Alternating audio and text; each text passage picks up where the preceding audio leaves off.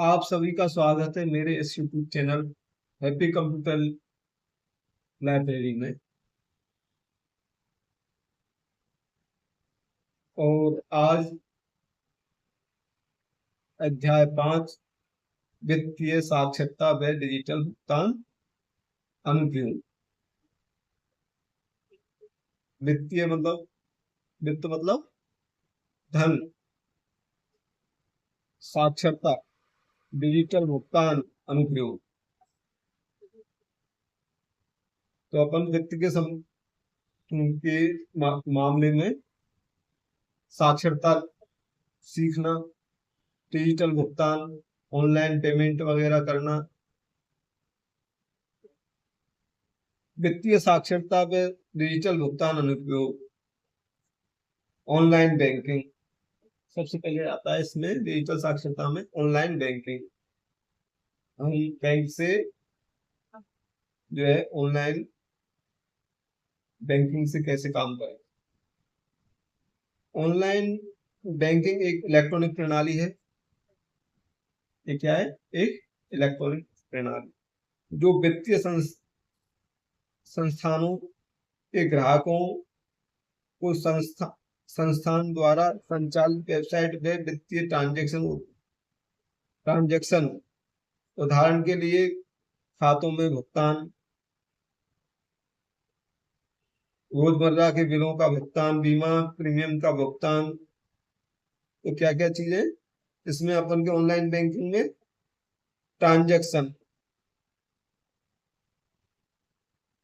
जो भी वेबसाइट है उसके माध्यम से ट्रांजैक्शन, उदाहरण के तौर पर है खाते में भुगतान, किसी के खाते में पेमेंट करना है, खाते में पेमेंट करना है।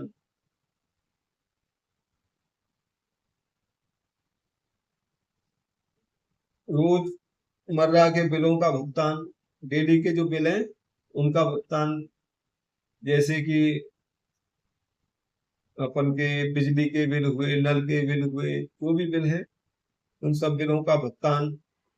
बीमा प्रीमियमों बीमा प्रीमियम का भुगतान, बीमा के प्रीमियम का भुगतान। बैंक स्टेटमेंट, बैंक के जो स्टेटमेंट वगैरह है उसके बारे में अपन जानकारी दे सकते हैं।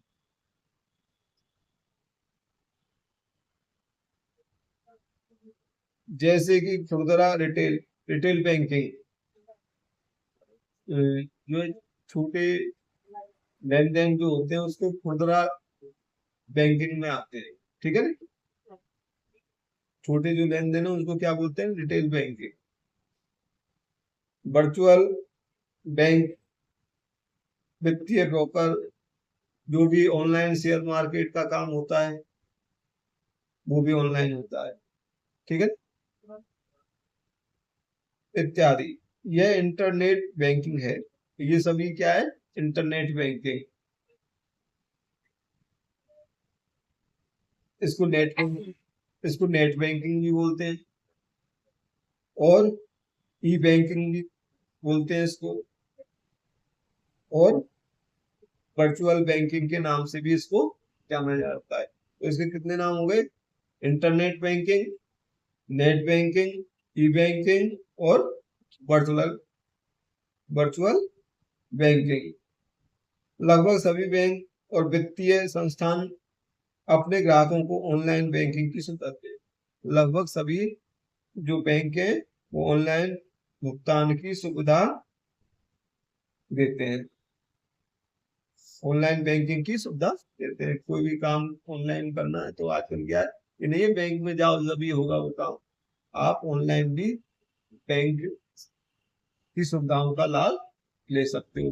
प्रत्येक कार्य के लिए आपको बैंक में जाना जरूरी नहीं है।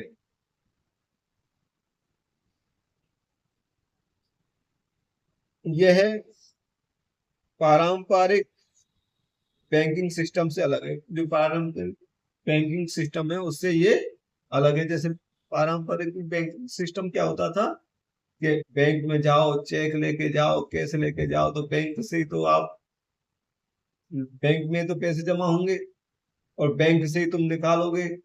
ठीक है नहीं? तुमको और कोई सुविधा नहीं मिलेगी। बैंक में जाओ, बैंक से निकालो, बैंक में जमा कराओ, ठीक है ना। और यदि किसी दूसरे को पेमेंट करना है तो उसके लिए चेक दो, वो भी बैंक में जाके चेक लगाएगा, तब उसको पेमेंट मिलेगा। लेकिन जो ऑनलाइन बैंकिंग है उसमें ऐसा नहीं है। उसमें आपको कहीं पर भी और कहीं पे भी किसी भी समय कहीं पर भी आप वित्तीय लेन देन कर सकते हैं। आपकी बैंक के बारे में जानकारी रख सकते हो। ऐसा नहीं हमको कोई बैंक के लेन देन के बारे में बैंक में जाके ही जानकारी लेनी हो, ऐसा नहीं है। आप घर बैठे ही अपने अकाउंट को चेक कर सकते हो, ठीक है ना।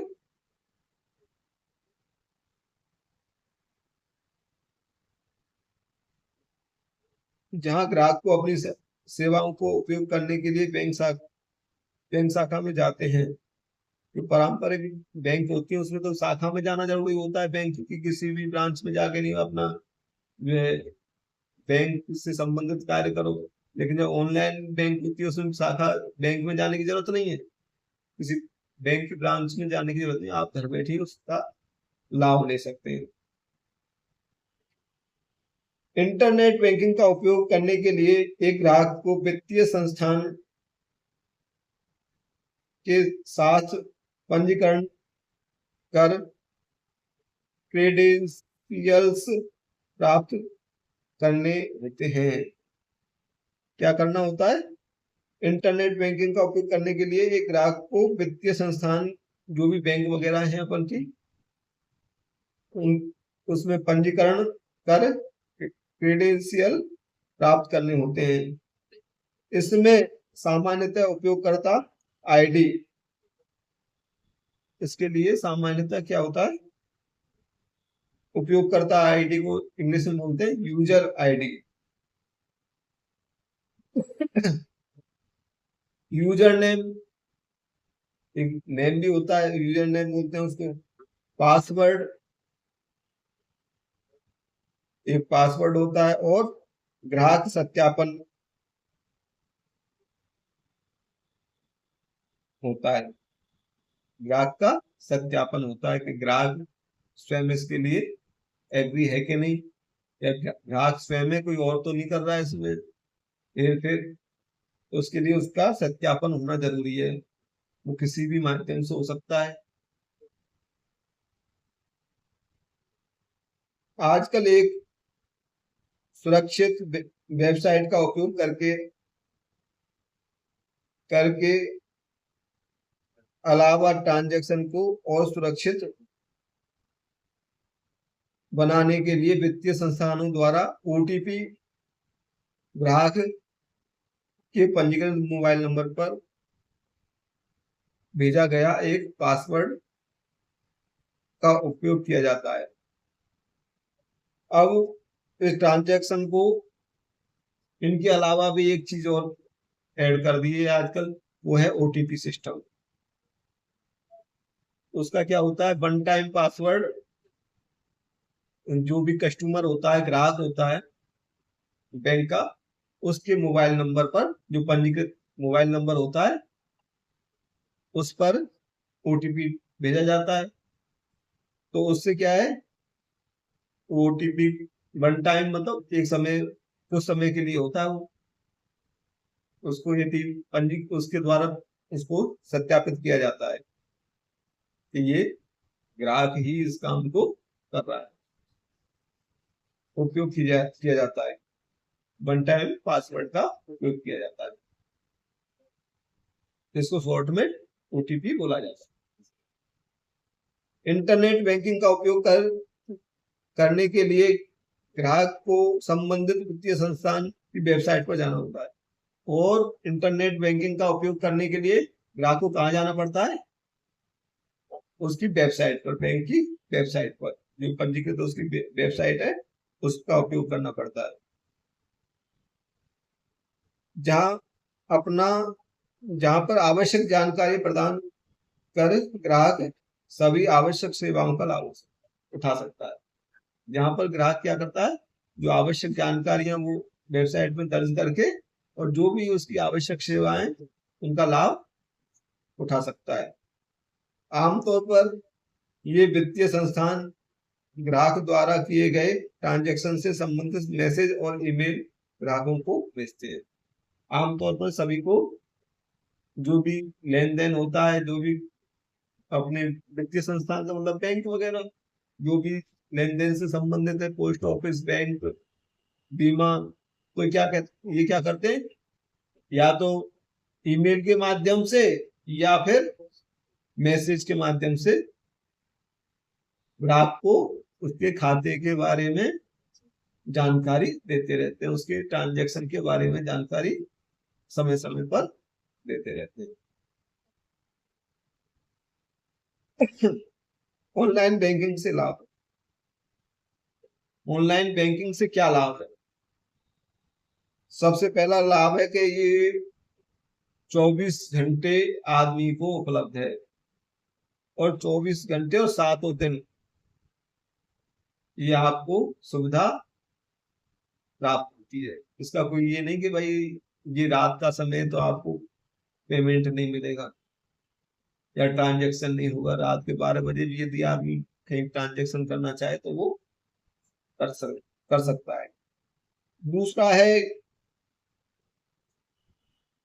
ट्रांजैक्शन पर कम लागत, इसमें लागत नहीं लगती ज्यादा, कम लागत पे ही आपका ट्रांजैक्शन हो जाएगा। आप बैंक जाओगे तो आपको पेट्रोल वगैरह भी चाहिएगा जाने के लिए, बैंक जाने के लिए, जबकि ऑनलाइन में आपको कहीं नहीं जाते, ठीक है ना, वहीं से तुरंत आपने क्लिक किया और आपका पेमेंट हो गया।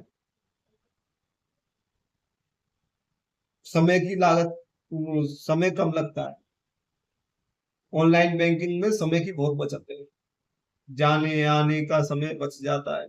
आप बैंक गए तो आपको टाइम लगेगा, और बैंक कितनी दूर है, रात के तो समय की बचत हुई। समय की बचत होती है ना, अपन घर से ही कर देते हैं, और आने जाने का भी समय व्यर्थ नहीं होता है, अपना समय भी व्यर्थ नहीं होता है। तो कम समय, बहुत सुरक्षित, और सुरक्षित है भाई, रास्ता में अपन जा रहे हैं कोई चोर वगैरह लूट ले, सही है ना। रात को पेमेंट लेने जाए बैंक में, और पहली बार तो बैंक खुली नहीं मिलेगी, बाई चांस कहीं से ला रहे हैं तो रास्ते में गिर भी सकते हैं, या चोर भी ले सकता है, या कोई गुंडा भी छीन सकता है। तो वो जो है, इस जो जोखिम है वो नहीं होती है, आप सुरक्षित रूप से कर सकते हो पेमेंट। पैसे तुरंत और सही जगह पे स्थानांतरित हो जाते हैं। पैसे तुरंत, एट टाइम, उसी प्रेजेंट कंडीशन में तुरंत दूसरे खाते में आप पेमेंट कर सकते हैं, ठीक है नहीं। और जिसको चाहे उसी को कर सकते हैं। अगला है घर बैठे बैठे यूटिलिटी बिल भरना। बिल बिल की लाइन में लगना पड़ता था। पहले क्या होता था, जब ऑनलाइन ट्रांजेक्शन नहीं होता था तो बैंक जो है बिजली का बिल जमा कराने जा रहे हैं तो इतनी लंबी लाइन लग जाती, 2-3 घंटे लग जाते थे उसको बिल को जमा करा, और तब भी बिल जमा हो, बैंक मतलब उस जगह कोई जो है कैशियर वगैरह उपलब्ध हो, नहीं हो, ठीक है ना। तो वो सब झंझटन से आदमी मुक्त है, उस लाइन में लगने से 2-3 घंटे बच गए, उसके समय की बहुत बचत हुई ना। अब और कई सेवाएं, जैसे अपने बीमा का प्रीमियम भरना है, मतलब बहुत सुविधाएं आपको मिल गई। पहले ऐसा नहीं था, जब ऑनलाइन बैंकिंग नहीं थी तब आदमी बहुत समय लग जाता था उसको बिल जमा करा, और परेशानी भी उठानी पड़ती। तो ऑनलाइन बैंकिंग के ये लाभ। इसके बाद में है ऑनलाइन बैंकिंग के माध्यम से सेवाएं। ऑनलाइन बैंकिंग के माध्यम से आप कौन कौन सी सेवाएं ले रहे हैं? तो सबसे पहले आप ऑनलाइन बैंकिंग के लिए खाता खोलना जरूरी है। बैंक में खाता नहीं होगा जब तक ऑनलाइन बैंक में काम कैसे करेंगे, ठीक है ना। आज बैंक की लगभग सभी सेवाओं जो कि पारंपरिक बैंकों के साथ उपलब्ध हैं, आजकल बैंक की सभी सेवाएं पारंपरिक जो है बैंक के साथ उपलब्ध है। पुरानी भी व्यवस्थाएं अभी चल रही हैं और नई भी इसमें है। उनमें ऑनलाइन बैंकिंग के माध्यम से भी एक्सेस किया जा सकता है। तो पुरानी व्यवस्थाएं, उनमें ऑनलाइन बैंकिंग के माध्यम से भी एक्सेस किया जा सकता है। ऑनलाइन उपलब्ध कुछ महत्वपूर्ण विशेषताएं नीचे दी गई हैं। ऑनलाइन बैंकिंग की महत्वपूर्ण विशेषताएं नीचे दी गई। आधार प्रमाणीकरण के जरिए बैंक खाता, आधार के माध्यम से आपका बैंक में खाता खुल जाएगा। दूसरा है अपने खाते की शेष राशि और स्टेटमेंट की जांच। दूसरा, अपन बैंक में राशि और स्टेटमेंट की जांच कर सकते हैं। अपने खाते से किसी और के खाते में धन स्थानांतरित कर सकते हैं। अपने खाते से किसी खाते में धन का स्थानांतरित कर सकते हैं।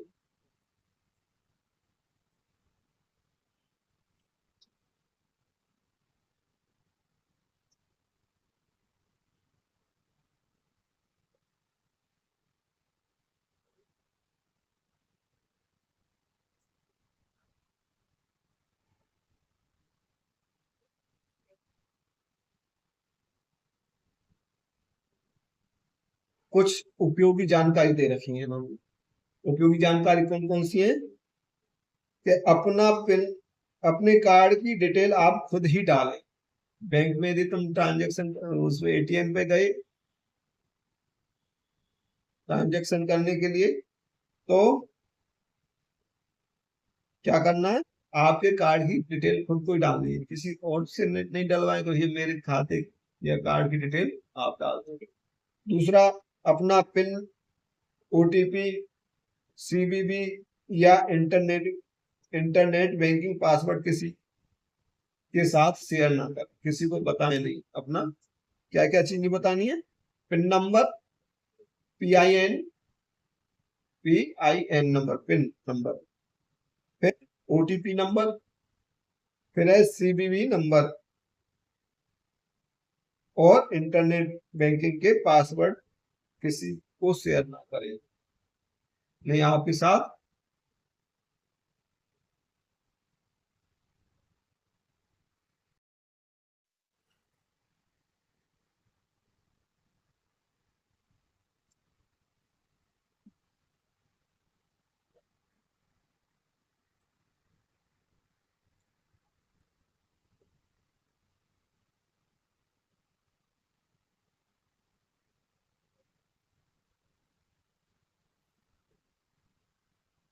अगला है अपना फिक्स डिपॉजिट और अन्य निवेश करना तथा उसका प्रबंधन करना। फिक्स डिपॉजिट का मतलब समझते हो, शॉर्ट में क्या बोलते हैं? फिक्स डिपॉजिट को शॉर्ट में क्या बोलते हैं? FD। FD fix deposit. Utility bill, telephone या mobile bill, credit card bill इत्यादि का भुगतान ऑनलाइन बैंकिंग से होता है। डिमांड ड्राफ्ट, डिमांड ड्राफ्ट को शॉर्ट में क्या बोलते हैं? DD। चेक बुक के लिए अनुरोध करना, चेक का भुगतान रोकना, अपने क्रेडिट कार्ड को ब्लॉक और अनब्लॉक करना online banking. Debit card pin का पुनर्निर्माण के लिए अनुरोध करना। खाता खोलने की प्रक्रिया, बैंक में खाता कैसे खोला जाए। एक बैंक खाता खोलने के लिए आपको सबसे पहले उस खाते के प्रकार को तय करना होगा। किसी बैंक में खाता खोलने के लिए सबसे पहले उस खाते के प्रकार को तय करना पड़ेगा अपन को। मतलब चालू खाता जिसको बोलते हैं करंट अकाउंट, दूसरा सेविंग अकाउंट, या किस प्रकार का खाता आपको खोलना है, या आवर्ती खाता खोलना है, ये आपको पहले निश्चित करना है कि किस टाइप का खाता खोलना चाहिए। एक बार फैसला करने के बाद आप निकटतम बैंक शाखा से संपर्क करें। एक बार निश्चय करके कि भाई हमको ये खाता खोलना है, अपनी बैंक की जो भी बैंक में आप खाता खुलाना चाहते हो उसकी शाखा में संपर्क करें। बैंक के अधिकारी प्रपत्र फॉर्म को भरने में आपकी सहायता करते हैं। बैंक के जो अधिकारी हैं वो आपको खाता खोलने के लिए फॉर्म होता है तो उसके लिए आपकी सहायता करते हैं। और आपको शाखा में एक बैंक खाता खोलने के लिए विभिन्न आवश्यक दस्तावेजों के बारे में सूचित करते हैं। और आपको जो भी आवश्यक दस्तावेज है उनके बारे में सूचित करते हैं, बताते हैं भाई ये डॉक्यूमेंट्स आप लेके आओ। सबसे पहला है जनधन खाता खोलना। ये जनधन खाता जो वित्तीय रूप से कमजोर लोग वर्ग है उसके लिए है। तो जीरो अकाउंट से, जीरो बैलेंस से खोला जाता है अकाउंट। प्रधानमंत्री जनधन योजना भारत सरकार द्वारा अगस्त 2014 में शुरू की गई। कब शुरू की गई? प्रधानमंत्री द्वारा अगस्त 2014 में शुरू की गई। एक राष्ट्रीय योजना, यह एक कैसी है? राष्ट्रीय योजना। पूरे देश में अपन के में ये जनधन खाते खोले गए, जिसका उद्देश्य यह सुनिश्चित करना है कि भारत के आर्थिक रूप से कमजोर वर्ग में वित्तीय सेवाएं पहुंचे। इसलिए चालू की गई, जो आर्थिक रूप से कमजोर वर्ग के लोग हैं उनको ये सेवाएं प्राप्त हो। जैसे बचत व जमा बैंक खाता, ये क्या है? कम पैसे से खुलता है और इसमें इनमें ब्याज भी थोड़ा बहुत मिलता है, इंटरेस्ट। प्रेषित धन,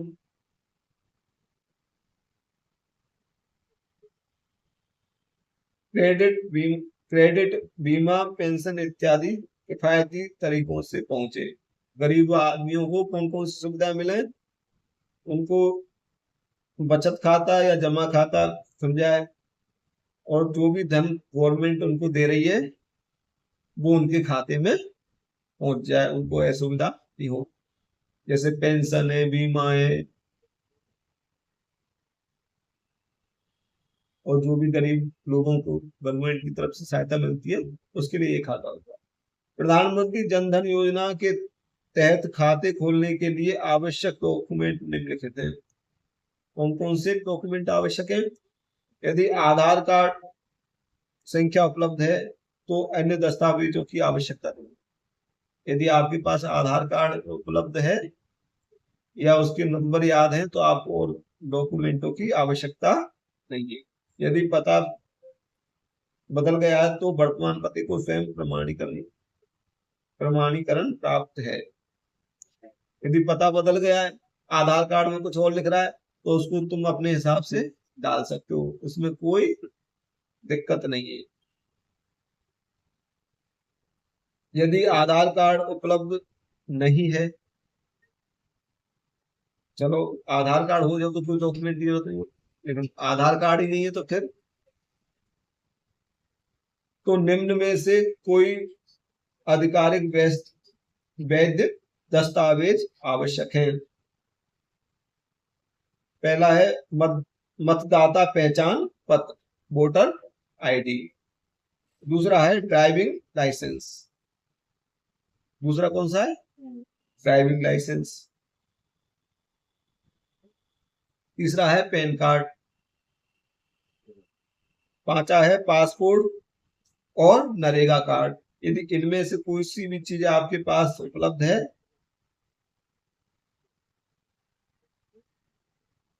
और इनमें दस्तावेजों में आपका पता शामिल है तो यह पहचान का सबूत और पता दोनों रूप में काम करता है।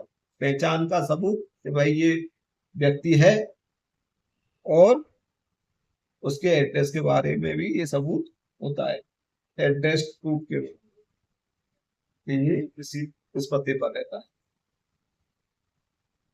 यदि किसी व्यक्ति के पास ऊपर उल्लिखित आधिकारिक वैध दस्तावेज नहीं है लेकिन उसे बैंक द्वारा कम जोखिम के रूप में वर्गीकृत किया गया है। ऊपर कोई सा जो भी अब तक जो भी अपन ने दस्तावेज बताए उनमें से कोई सा भी दस्तावेज यदि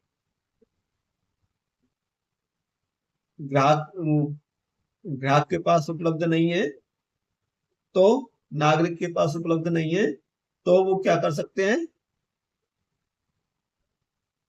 और वो जो है लेकिन उसे बैंक द्वारा कम जोखिम के रूप में वर्गीकृत किया गया है और उस व्यक्ति को कम जोखिम के रूप में वर्गीकृत किया गया है तो वह निम्नलिखित दस्तावेजों में से किसी को जमा कर बैंक खाता खुलवा सकता है। कौन कौन से? केंद्रीय राज्य सरकार के विभागों, वैधानिक नियामक प्राधिकरण, सार्वजनिक क्षेत्र के उपक्रमों, अनुसूचित वाणिज्यिक बैंकों, सार्वजनिक वित्तीय संस्थानों द्वारा आवेदक की तस्वीर के साथ जारी पहचान पत्र। इनके द्वारा कौन कौन के द्वारा? केंद्रीय राज्य सरकार के विभागों द्वारा, वैधानिक नियामक प्राधिकरण द्वारा, सार्वजनिक क्षेत्र के उपक्रमों द्वारा, अनुसूचित वाणिज्यिक बैंकों और सार्वजनिक वित्तीय संस्थानों द्वारा आवेदक की तस्वीर के साथ जारी पहचान पत्र। यदि है उसके पास तो उसका खाता खुल जाएगा। व्यक्ति की एक विविध रूप से सत्यापित फोटो के साथ एक गैजेट अधिकारी द्वारा जारी पत्र, गजेटेड ऑफिसर के द्वारा जारी प्रपत्र से भी उसका खाता खोला जा सकता है। अगला है ऑनलाइन डिजिटल भुगतान पद्धतियां और प्लेटफॉर्म। ऑनलाइन डिजिटल भुगतान पद्धति और प्लेटफॉर्म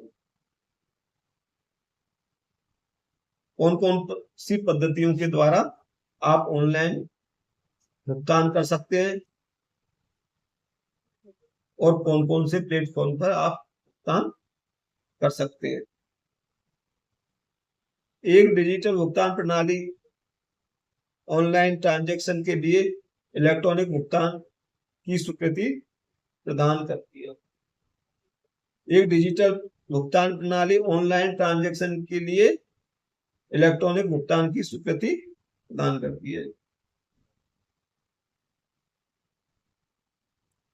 इलेक्ट्रॉनिक भुगतान कंप्यूटर के द्वारा, मोबाइल के द्वारा, एटीएम के द्वारा, ये सब कौन से भुगतान है? इलेक्ट्रॉनिक भुगतान।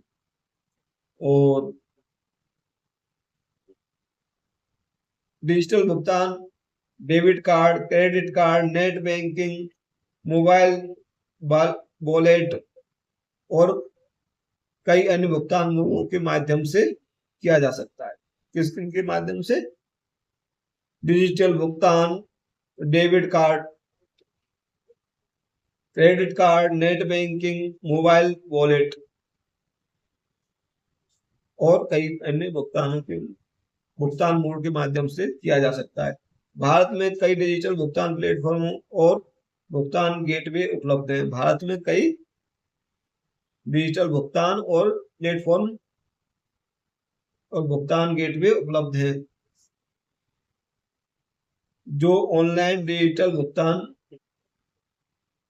सुविधा प्रदान करते हैं। इनमें इन इन डिजिटल भुगतान प्लेटफॉर्म भुगतान गेटवे को मर्चेंट द्वारा एकीकृत किया जाता है।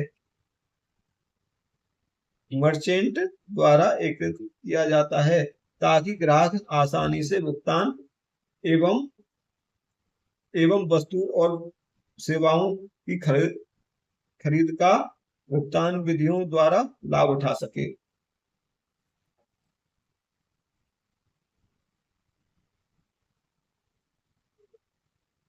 एक इस खंड में हम credit card, debit card, RuPay card, point of sale machine का वर्णन करेंगे। अपन की पुस्तक में कौन कौन सी चीजों का वर्णन होगा के बारे में बताया जाए। डेबिट कार्ड, सबसे पहले credit card, debit card, RuPay card और point of sale machine, POS. Point of sale machine को बोलते हैं POS, point of sale machine.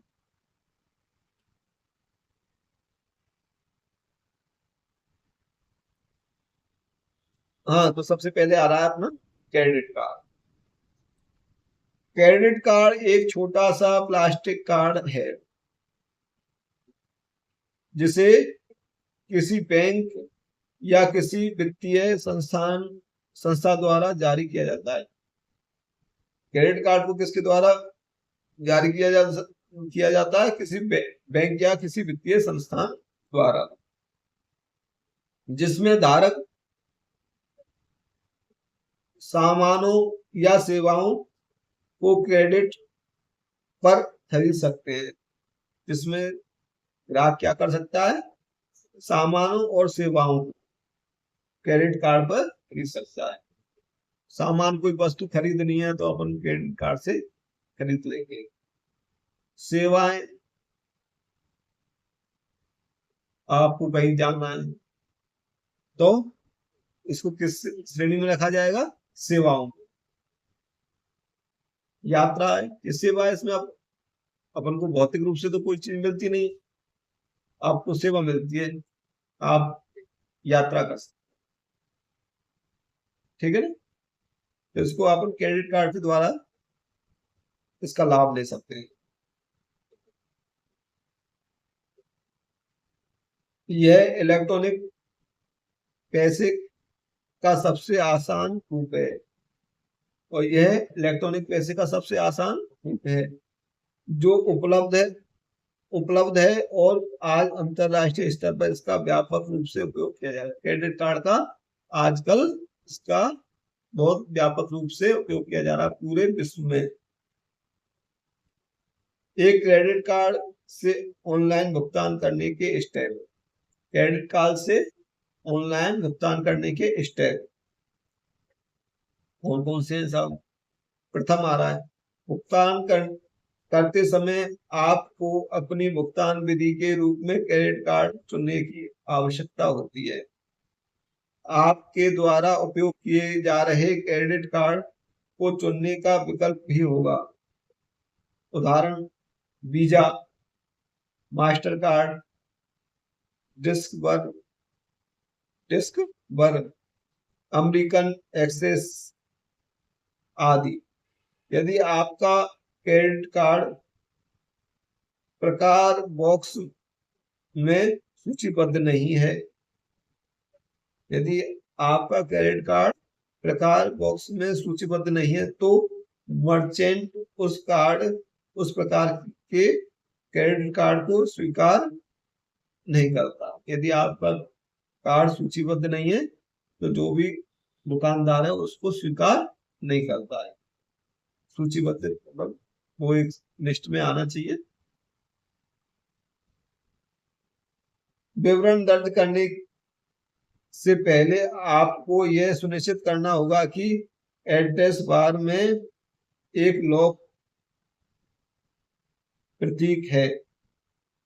इसके लिए यदि आपको विवरण दर्ज करने हैं, आपको ऑनलाइन करना है, ठीक है ना, तो आपको जो एड्रेस बार है उसमें एक लॉक का निशान होना चाहिए और HTTPS भी उसमें लिखा होना चाहिए। HTTPS HTTPS का अर्थ है hyper text transfer protocol. Protocol secured, इसकी फुल फॉर्म क्या होगी? किसकी? HTTPS, hyper transfer protocol secure. Log और HTTPS सुनिश्चित करते हैं कि जिस वेबसाइट का आप उपयोग कर रहे हैं वह सुरक्षित और सत्यापित है। इसका होने का मतलब है जिस वेबसाइट पर यदि HTTPS है और लॉग का निशान है तो ये आप सुनिश्चित हो गया आपको कि आप फ्रॉड साइट पे काम नहीं गए हो। ठीक है नहीं, आपके सामने जो वेबसाइट खुल रही है वो कौन सी है? सिक्योर है, उसकी वो सुरक्षित है। ये इसका सत्यापन हो गया वेबसाइट का। अपना नाम दर्ज करें, उसमें क्या करेंगे? अपना नाम दर्ज करेंगे। जैसा आपको क्रेडिट कार्ड पर लिखा है, जैसा कि आपके क्रेडिट कार्ड पर लिखा हुआ है उसी नाम को उस पर दर्ज कर देंगे। यह सत्यापित करने के लिए कि आप अपना नाम सही ढंग से दर्ज किया है, क्रेडिट कार्ड को देखें और आप ये सत्यापित करना है कि भाई अपने नाम को हमने सही लिखा है कि नहीं लिखा है, गलती तो नहीं डाल दी अपनी स्पेलिंग।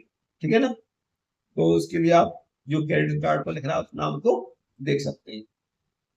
इसके बाद अपनी क्रेडिट कार्ड की जानकारी दर्ज करें और इसके बाद में क्रेडिट कार्ड की जानकारी आप उसमें डिटेल्स डाल सकते हैं। क्रेडिट कार्ड नंबर, आपके क्रेडिट कार्ड पर अंकित 16 अंक होते हैं। क्रेडिट कार्ड कितने अंक होते हैं? 16। समाप्ति तिथि और उस पर एक्सपायरी डेट भी होती है। और सुरक्षा कोड CVV, आमतौर पर क्रेडिट कार्ड के बाद कार्ड के पीछे 3 अंकों का सुरक्षा कोड मुद्रित होता है।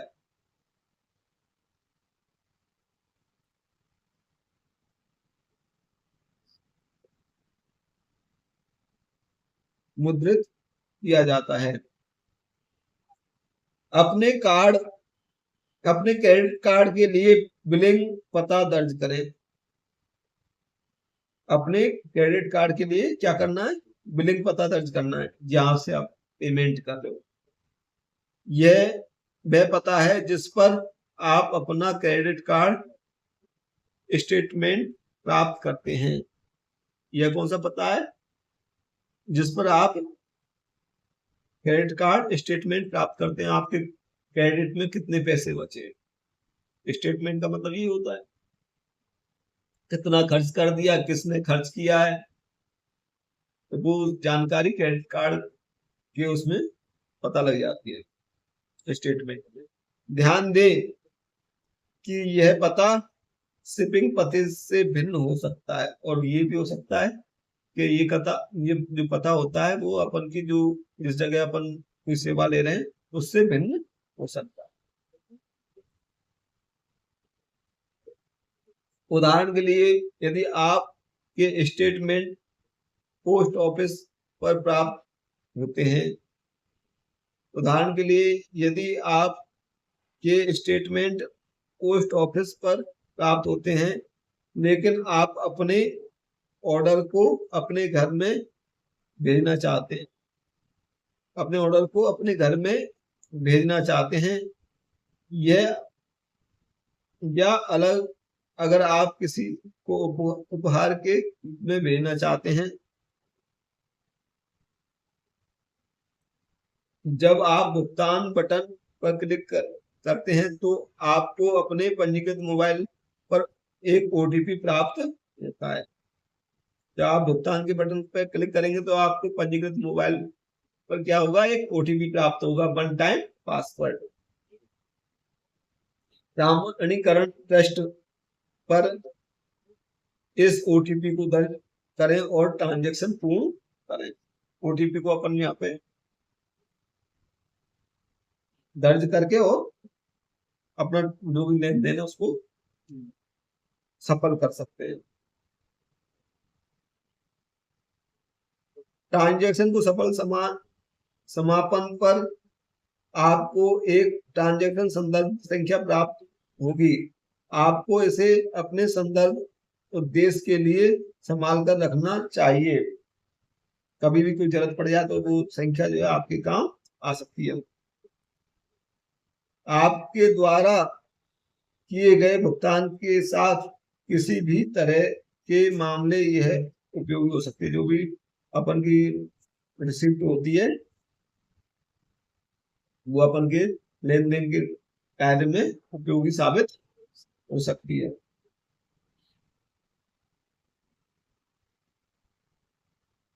डेबिट कार्ड, अगला है डेबिट कार्ड, जो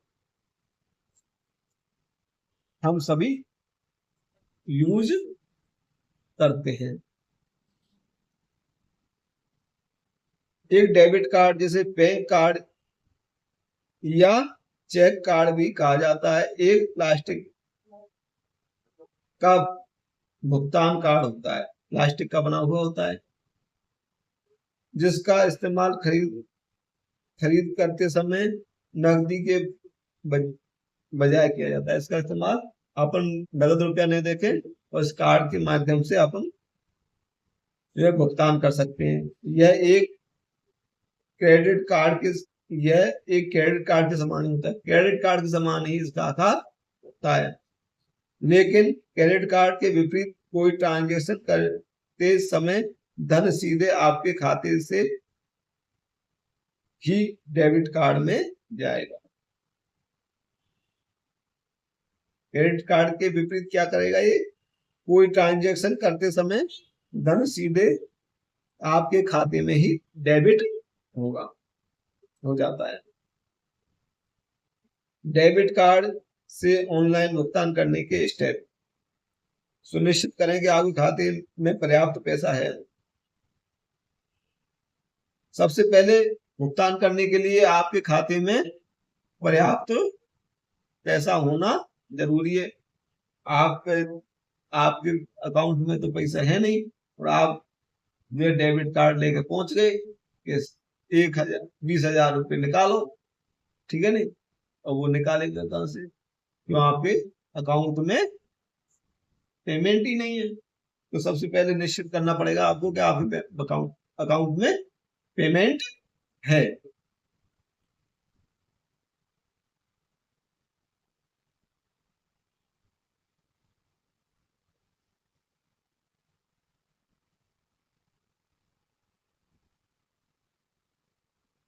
दूसरा है मर्चेंट वेबसाइट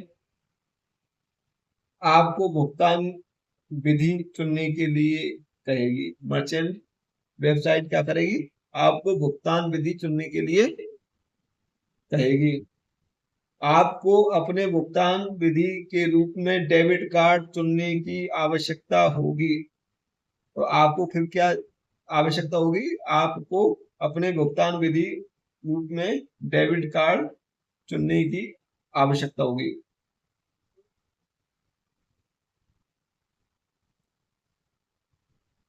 कुछ मामलों में मर्चेंट वेबसाइट आपको भुगतान गेटवे पर पुनर्निर्देशित करती है। विवरण दर्ज करने के से पहले आपको यह सुनिश्चित करना होगा कि एड्रेस बार में एक लॉक का प्रतीक और एक HTTPS है। HTTPS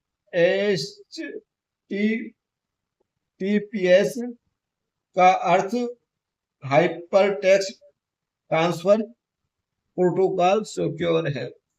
इसका अर्थ क्या हुआ, HTTPS का hyper transfer protocol secured HTTPS lock है। और HTTP सुनिश्चित करते, लॉक और HTTP सुनिश्चित करते हैं कि जिस वेबसाइट पर आप उपयोग कर रहे हैं वह सुरक्षित व सत्यापित है। मतलब उस वेबसाइट सही है, तुम गलत वेबसाइट पर नहीं गए। यदि लॉक है और HTTPS है तो कोई फर्जी वेबसाइट नहीं है, ये सुनिश्चित होता है उससे। अपने कार्ड नंबर CVV CVV2 दर्ज करें। आपको अपने कार्ड की समय सीमा समाप्त होने वाले महीने और वर्ष दर्ज करने के लिए कहा जाएगा। आपको क्या दर्ज करने के लिए कहा जाएगा? CVV2 नंबर दर्ज करें। आपको अपने कार्ड की समय सीमा समाप्त होने वाले महीने और वर्ष को दर्ज करने के लिए कहा जाएगा। कार्ड धारक का नाम भी आवश्यक हो सकता है, और कार्ड धारक का नाम भी आवश्यक हो सकता है। CVV/CVV2 संख्या आपके कार्ड के पीछे एक 3 अंकीय संख्या होती है। इसे 4 अंकों की संख्या के दाईं ओर रखा गया है। यह 4 अंकों की संख्या कार्ड संख्या की अंतिम 4 अंकीय संख्या होती है। इसे 4 अंकों की संख्या की दाईं ओर रखा गया है। यह 4 अंकों की संख्या कार्ड संख्या की अंतिम 4 अंकीय संख्या होती है। आपको ट्रांजैक्शन प्रमाणीकरण के लिए पासवर्ड की आवश्यकता होगी, और आपको ट्रांजैक्शन प्रमाणीकरण के लिए किसकी आवश्यकता होगी? पासवर्ड की हो सकती है। मतलब OTP का विकल्प भी उपलब्ध हो सकता है। और इसके अलावा क्या उपलब्ध हो सकता है?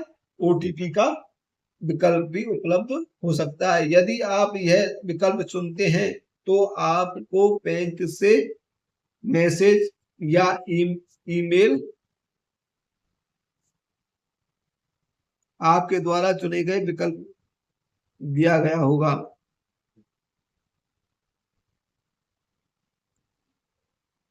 के द्वारा पासवर्ड भेजा जाएगा। पासवर्ड केवल एक बार उपयोग में किया जा सकता है। वन टाइम पासवर्ड एक समय में ही उपयोग में किया जा सकता है, और यह केवल सीमित अवधि के लिए ही वैध होता है। आप अपने बैंक से ट्रांजैक्शन के सफल सामान आप अपने बैंक के ट्रांजैक्शन के सफल समापन पर ट्रांजैक्शन अपडेट प्राप्त करेंगे।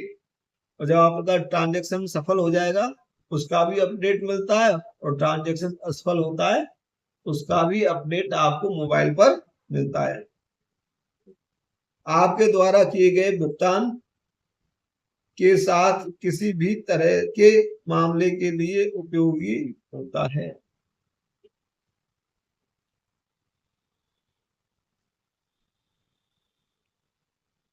रुपे कार्ड अगला है। रुपे कार्ड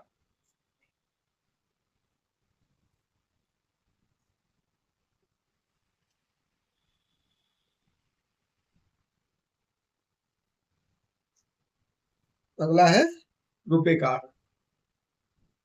रुपे रुपे और पेमेंट रुपे रुपे और रुपे और पेमेंट का एक संयोजन है। रुपे कार्ड जो है रुपे और पेमेंट का एक संयोजन है। भारत के राष्ट्रीय भुगतान निगम भारत के राष्ट्रीय भुगतान निगम को इंग्लिश में क्या बोलेंगे? National payment corporation of India. क्या बोलेंगे?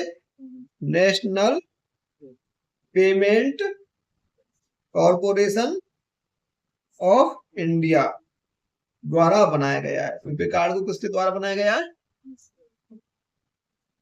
National payment corporation of India, short में बोलते हैं एनपीसीआई। शॉर्ट में क्या है? एनपीसीआई द्वारा बनाया गया और लॉन्च किया गया है। यह कार्ड डेबिट कार्ड का एक भारतीय संस्करण है।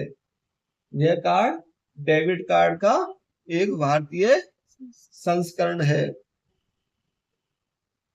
यह देश में भुगतान प्रणालियों के एकीकरण के इरादे से बनाया गया है। यह देश में भुगतान प्रणालियों के एकीकरण के इरादे से बनाया गया है। देश में जो भी भुगतान प्रणाली है उनका एकीकरण करने के लिए, उनको सबको एक करने के लिए क्या बनाया गया है?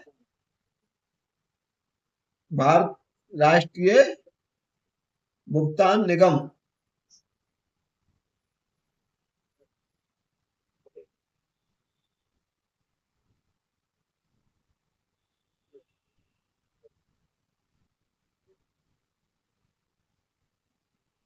के द्वारा जो बनाया गया है रुपे कार्ड, जो है सब भारत के डेबिट कार्ड एवं क्रेडिट कार्ड, यह कार्ड डेबिट कार्ड का एक भारतीय संस्करण है। देश की भुगतान प्रणालियों के एकीकरण के इरादे से बनाया गया है। RuPay card, RuPay debit card से ऑनलाइन भुगतान करने के स्टेप। रुपे डेबिट कार्ड से ऑनलाइन पेमेंट करने के स्टेप कौन कौन से हैं?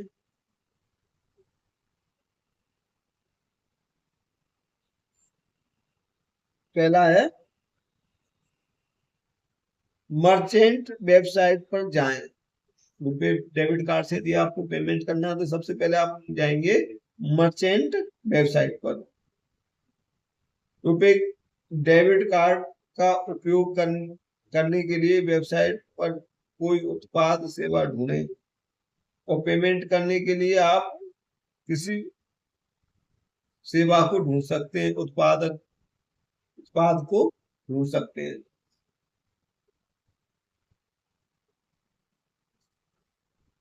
अपने मोबाइल नंबर दर्ज करने के बाद आपको फिर उस पे क्या करना है?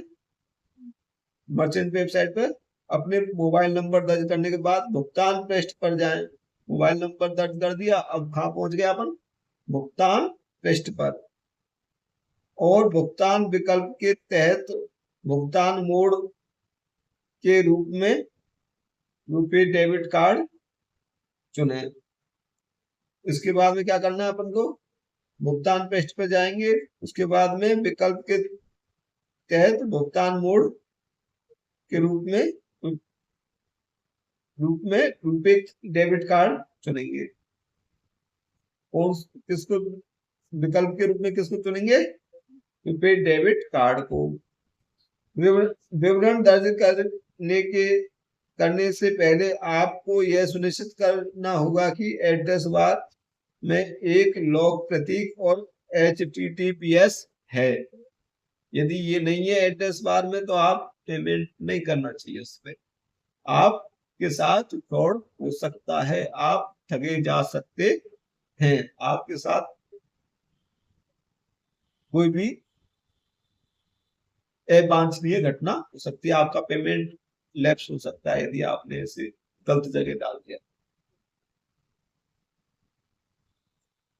प्रथम ट्रांजैक्शन, इसके लिए पंजीकरण आवश्यक होता है।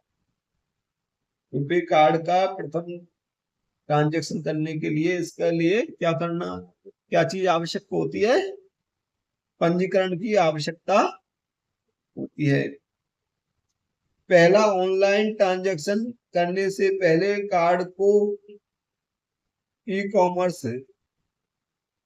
के लिए सक्षम करने करने के लिए अपने रुपए कार्ड को पंजीकृत करना होगा। पहला, ट्रांजैक्शन करने से पहले कार्ड धारक को क्या करना पड़ेगा? ई कॉमर्स के लिए सक्षम करने के लिए अपने रुपए कार्ड को पंजीकरण करना होगा।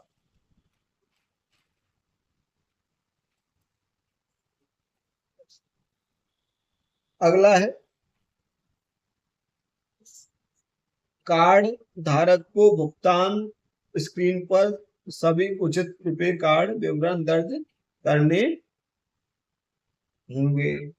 कार्ड धारक को भुगतान स्क्रीन पर सभी उचित रुपए कार्ड विवरण, जो भी कार्ड धारक कौन है, कस्टमर जो भी कार्ड रखता है उसको उचित विवरण दर्ज करना पड़ेगा। जैसे कि कार्ड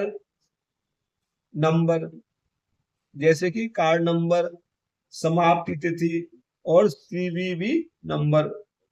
कार्ड के पीछे 3 अंक होते हैं। सीवीवी नंबर जो होता है कार्ड के पीछे के 3 अंक होते हैं।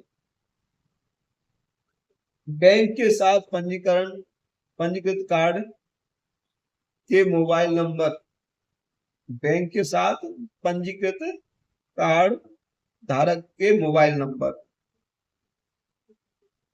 बैंक बताने पड़ेगी। बैंक के साथ पंजीकृत कार्ड धारक के मोबाइल नंबर, ईमेल आईडी पर भी ओटीपी भेजा जाएगा। मोबाइल नंबर पर और ईमेल आईडी पर भी ओटीपी भेजा जाएगा। ग्राहक ओटीपी की वांछित प्राप्ति के लिए विकल्प या तो मोबाइल नंबर या ईमेल आईडी का चयन कर सकते हैं। किस पे आप ओटीपी दर्ज अपना ओटीपी प्राप्त करना चाहते हैं? मोबाइल नंबर पर या ओटीपी उस पर ईमेल आईडी पर। कार्ड धारक को ओटीपी द्वारा प्रमाणित करने के बाद कार्ड धारक को ओटीपी द्वारा प्रमाणित करने के बाद कई चित्रों का मिश्रण का एक छोटा फ्रेम दिखाया जाएगा। जब ओटीपी के द्वारा प्रमाणित कर लिया जाएगा तो उसके बाद में उसको क्या दिखाया जाएगा? कई चित्रों का मिश्रण का एक छोटा सा फ्रेम दिखाया जाएगा। कार्ड धारक को एक चित्र चुनना होगा और कार्ड धारक को उसमें से क्या चुनना होगा? एक चित्र। इस इमेज को बाद के सभी ट्रांजैक्शनों के लिए याद रखना होगा और उस इमेज को बाद के सभी ट्रांजैक्शनों के लिए याद रखना होगा।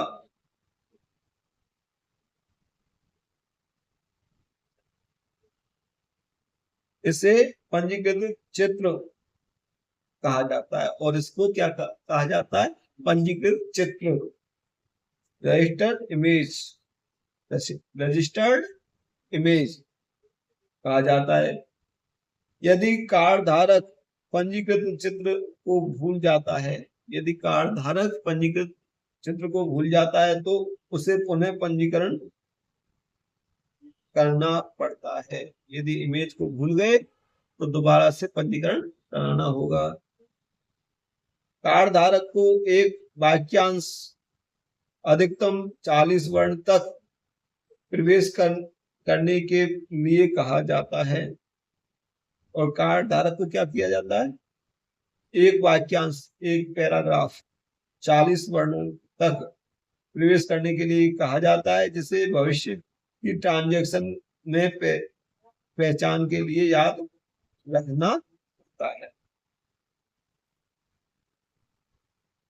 कार्ड धारक को एक स्वयं परिवर्तनशील पिन पेड पेज दिखाना होगा। कार्ड धारक को क्या करना पड़ेगा? एक स्वयं परिवर्तनशील पिन पेज दिखाना होगा। यह पृष्ठ रुपए कार्ड की डिजाइन की तरह दिखाई देता है और यह पृष्ठ कैसा दिखाई देता है, रुपए कार्ड की जैसा। यह पृष्ठ कार्ड के अंतिम 4 अंकों को भी दिखाता है और यह पृष्ठ कार्ड के अंतिम 4 पृष्ठों को भी दिखाता है, दिखाएगा। शेष अंक छुपे हुए होते हैं और शेष अंक छुपे हुए होते हैं। कार्ड धारक को केवल माउस क्लिक का उपयोग करके उसका सही एटीएम पिन दर्ज करना होता है और कार्ड धारक को क्या करना पड़ता है, माउस से क्लिक करके उसका सही पेटीएम पिन दर्ज एटीएम पिन दर्ज करना होता है। कीबोर्ड प्रविष्टि की अनुमति नहीं होती। यह पिन पैड हर बार एक अंक को दर्ज करने के बाद अंकों में परिवर्तन करता है और ये हर बार क्या है, एक नंबर दर्ज करने के बाद में अपने अंकों में परिवर्तन कर देता है। इस प्रकार यहाँ एक अतिरिक्त सुरक्षा सुविधा दी जाती है और इस प्रकार एक अतिरिक्त सुरक्षा सुविधा दी जाती है। अगला है स्वयं परिवर्तनशील पिन पैड का उपयोग करके सही एटीएम पिन दर्ज करने के बाद ट्रांजैक्शन सफल हो जाएगा और ट्रांजैक्शन को बैंक द्वारा अनुमोदित किया जाता है कि जिसके उपरांत कार्ड धारक को एक सफलता दर्शाता पेज प्रदर्शित किया जाता है। अगला ट्रांजैक्शन, ये तो हुआ फर्स्ट ट्रांजैक्शन। अगला ट्रांजैक्शन कैसे होता है, मर्चेंट चेक आउट पेज पर अगला ट्रांजैक्शन सफलतापूर्वक पंजीकरण के बाद में मर्चेंट चेकआउट पेज पर ग्राहक को चाही गई सही रुपए कार्ड की जानकारी दर्ज करनी होती है, जैसे कार्ड नंबर, समाप्ति तिथि, सीबीबी, कार्ड के पीछे के 3 अंक। सीबीबी जो होता है वो कार्ड के पीछे होता है, उसके 3 अंक होते हैं। एक बार जब ग्राहक एक पंजीकृत रुपए कार्ड का विवरण दर्ज कर देगा तो कार्ड धारक, एक बार जब ग्राहक कस्टमर पंजीकृत रुपए कार्ड का विवरण दर्ज कर देता है तो कार्ड धारक सत्यापन के लिए सीधे चित्र चयन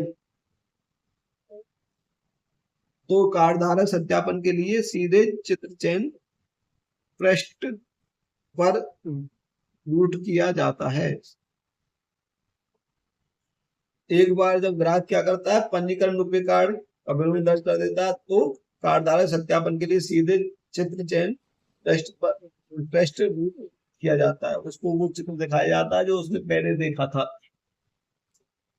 नोट, ओटीपी केवल रुपए कार्ड के करंट पंजीकरण के समय या कार्ड के पुनः पंजीकरण के समय आवश्यक होता है। ओटीपी कब आवश्यक होता है, करंट तुरंत पंजीकरण के लिए के समय या कार्ड के पुनः पंजीकरण की आवश्यकता पर ही ओटीपी की जरूरत पड़ती है। इस केस में कार्ड पहले ही पंजीकृत है इसलिए ओटीपी भाग प्रदर्शित नहीं होता है और इसमें पहले से अपन ने पंजीकरण करा रखा है तो ओटीपी की आवश्यकता नहीं होती है।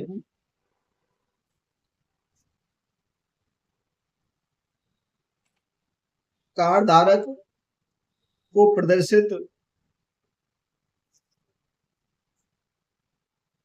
20 इमेज में से सही इमेज को पहचानना होगा। जो उसने पहले पंजीकृत की थी उसी इमेज को उसको पहचानना होगा 20 इमेजों में से। अगली स्क्रीन में सही इमेज का चयन करने के बाद कार्ड धारक के सामने एक वाक्यांश प्रदर्शित होगा जिसे रुपए कार्ड रुपए डेबिट कार्ड द्वारा पिछले 3 ऑनलाइन ट्रांजैक्शनों में पे स्वीकर के जरिए पंजीकरण के दौरान दर्ज किया गया था। अगले चरण में आगे बढ़ने के लिए कार्ड धारक को सही वाक्यांश को स्वीकार करना होगा। जो भी वाक्यांश उसने पहले लिखा था उसको देखना होगा कि ये उसका ही वाक्यांश है। कार्ड धारक को एक स्व परिवर्तनशील पिन पेड दर्ज दिखाया जाएगा। कार्ड धारक को एक स्व परिवर्तनशील पिन पेड दिखाया जाएगा। एक अपने आप जो है उसमें परिवर्तन होता रहेगा। आपने एक नंबर दर्ज किया, वो पेड बदल जाएगा, एक की जगह उसमें दूसरा नंबर आ जाएगा, दूसरी जगह तीसरा नंबर आ जाएगा, तो वो स्व परिवर्तनशील पेड होता है। ठीक है,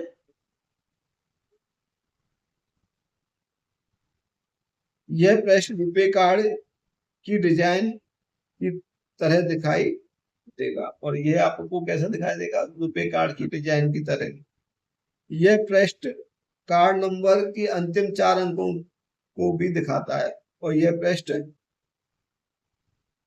पृष्ठ कार्ड नंबर के अंतिम 4 अंकों को भी दिखाएगा।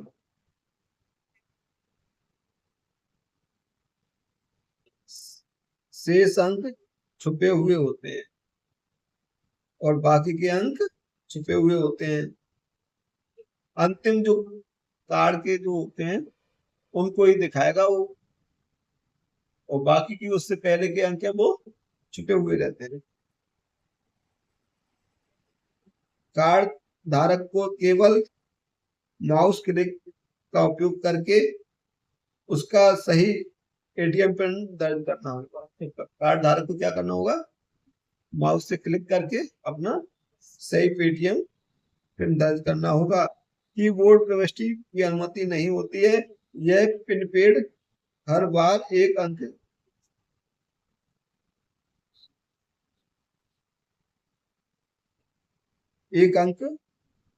को दर्ज करने के बाद अंकों में परिवर्तन करता है।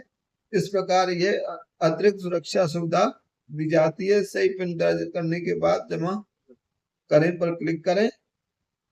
सही एटीएम पिन दर्ज करने के बाद ट्रांजैक्शन सफल होगा। बैंक ट्रांजैक्शन की स्वीकृति देगा, जिससे उपरांत ग्राहक को एक सफलता दर्शाता टेस्ट दिखाई देगा।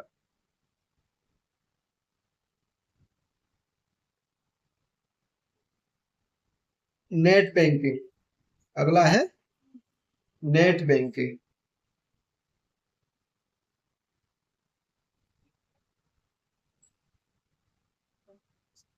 आपके बैंक की इंटरनेट बैंक सेवा का उपयोग भारत में आप बैंक की इंटरनेट बैंक सेवा का उपयोग भारत में सबसे लोकप्रिय भुगतान विधियों में से एक है। आपके बैंक की इंटरनेट बैंकिंग सेवा का उपयोग भारत की सबसे लोकप्रिय भुगतान विधियों में से एक है। नेट बैंकिंग की जो सुविधा है ये भुगतान विधियों में से सबसे मतलब अच्छी भुगतान विधियों में से एक है। यह डेबिट कार्ड द्वारा की गई खरीद के ही समान है, और ये डेबिट कार्ड के समान खरीद के ही समान है। ये कौन सी? Net banking. सिवाय इसके कि आप अपने इंटरनेट बैंकिंग खाते में लॉग इन करके भुगतान करते हैं। इसमें क्या होता है? आप इंटरनेट बैंकिंग खाते में लॉग इन करके और भुगतान करते हैं। इस मामले में भी आपको आपके द्वारा खरीद करने के बाद राशि तुरंत आपके बैंक खाते से काट ली जाएगी। जो कुछ लेना है या पेमेंट करना है उसके बाद में आपकी जो राशि आपके अकाउंट से काट ली जाएगी। नेट बैंकिंग से ऑनलाइन भुगतान करने के स्टेप। नेट बैंकिंग के द्वारा ऑनलाइन भुगतान करने के स्टेप। सुनिश्चित करें कि आपके खाते में पर्याप्त पैसा हो। सबसे पहले नेट बैंकिंग में क्या है कि आपके खाते में पैसा होना जरूरी है। आप कोई चीज खरीदने पहुंच गए और खाते में पेमेंट नहीं, तो आपका ट्रांजेक्शन फेल हो जाएगा। मर्चेंट वेबसाइट आपको अपनी भुगतान विधि के लिए पूछेगी। मर्चेंट वेबसाइट जो है आपके भुगतान विधि के बारे में पूछेगी। आपको अपने भुगतान विधि के रूप में नेट बैंकिंग को चुनना होगा। आपको क्या करना पड़ेगा? आपको भुगतान की विधि के रूप में नेट बैंकिंग को चुनना होगा। आपसे जाते ये पूछेंगे भाई कौन किसमें मतलब वेबसाइट में आएगा, किस तरीका से पेमेंट करना चाहते हो करोगे, ठीक है ना। तो सब आप क्या चुनना होगा? Net banking. कुछ मामलों में मर्चेंट वेबसाइट आपको भुगतान गेटवे पर पुनर्निर्देशित करेगी और कुछ मामलों में आपको दोबारा से निर्देश देगी। विवरण दर्ज करने से पहले आपको सुनिश्चित करना होगा कि एड्रेस बार में HTTPS है और लॉक का निशान है कि नहीं।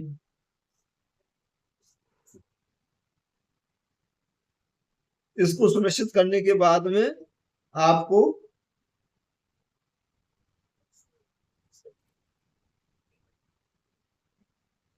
आप उपयोग करने से पहले सुनिश्चित और सत्यापित करेंगे। भुगतान विधि के रूप में नेट बैंकिंग का चयन करते समय आपको अपने बैंक का चयन करने के लिए कहा जाएगा। भुगतान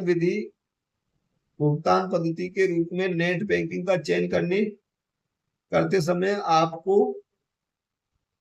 अपने बैंक के चयन करने के लिए कहा जाएगा। आपको अपनी बैंक का चयन करने के लिए कहा जाएगा। जहां आप इंटरनेट बैंकिंग खाता है, फिर आपको उस बैंक का चयन करो जिसमें आपका इंटरनेट खाता है। फिर आपको भुगतान करने के लिए अपने बैंक की वेबसाइट पर पुनर्निर्देशित किया जाएगा। फिर आपको क्या किया जाएगा? आपको फिर निर्देश दिए जाएंगे भाई इस प्रकार से आपको पेमेंट करना है। अपने खाते में लॉगिन करने के लिए आपको क्रेडेंशियल्स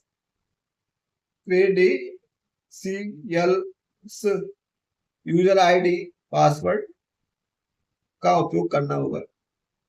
क्रेडेंशियल्स का मतलब है यूजर आईडी और पासवर्ड का उपयोग करना होगा। एक बार लॉगिन सफलता पूर्वक करने के उपरांत आपको अपनी राशि की पुष्टि करनी होगी। अधिकांश वेबसाइट आपके भुगतान प्रक्रिया की सुरक्षा बढ़ाने के लिए अतिरिक्त प्रमाणीकरण के रूप में OTP का उपयोग करते हैं। अधिकांश वेबसाइट क्या करते हैं? आपके भुगतान की सुरक्षा को बढ़ाने के लिए OTP का उपयोग करते हैं। OTP आपके बैंक खाते के पंजीकृत मोबाइल नंबर पर भेजा जाता है। OTP कहाँ भेजा जाता है? आपके बैंक खाते से पंजीकृत जो मोबाइल नंबर होता है उस पर। कुछ बैंक अतिरिक्त सुरक्षा सुविधाओं जैसे डेबिट पिन कार्ड, ग्रिड विवरण आदि भी पूछ सकते हैं। इस बैंक अधिक सुरक्षा के मामले में आपसे डेबिट कार्ड पिन नंबर भी पूछ सकते हैं और ग्रिड विवरण भी पूछ सकते हैं। आप अपने बैंक से ट्रांजैक्शन के सफल समापन पर ट्रांजैक्शन अपडेट प्राप्त करेंगे। जैसे ही आपका ट्रांजैक्शन होगा आपके मोबाइल पर मैसेज आ जाएगा। आपके द्वारा किए गए भुगतान के साथ किसी भी मुद्दे के मामले में यह उपयोग होगा। जो मैसेज आएगा वो आपके ट्रांजैक्शन के मामले में उपयोगी सिद्ध होगा।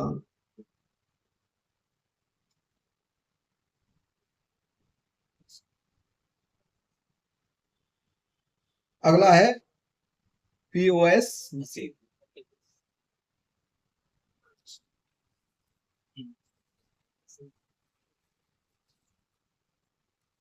आज के लिए इतना ही। अगली बार पीओएस मशीन मतलब पॉइंट ऑफ सेल मशीन के बारे में,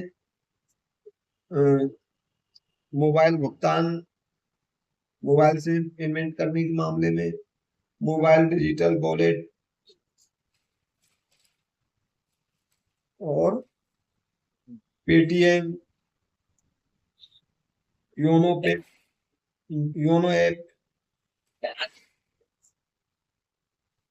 योनो ऐप स्टेटमेंट जनरेट करना, UPI unified payment interface, Bhim Bharat interface for money, Bhim की फुल फॉर्म इसके बारे में, US USSD USSD,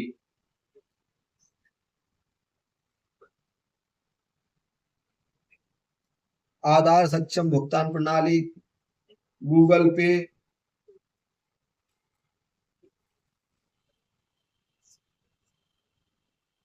NEFT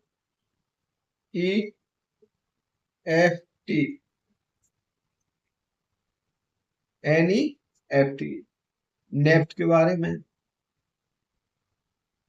IMPS IMPS के बारे में, और इसके बाद अपनाएंगे आरटीजीएस। अगला है भारत बिल पेमेंट, फास्टैग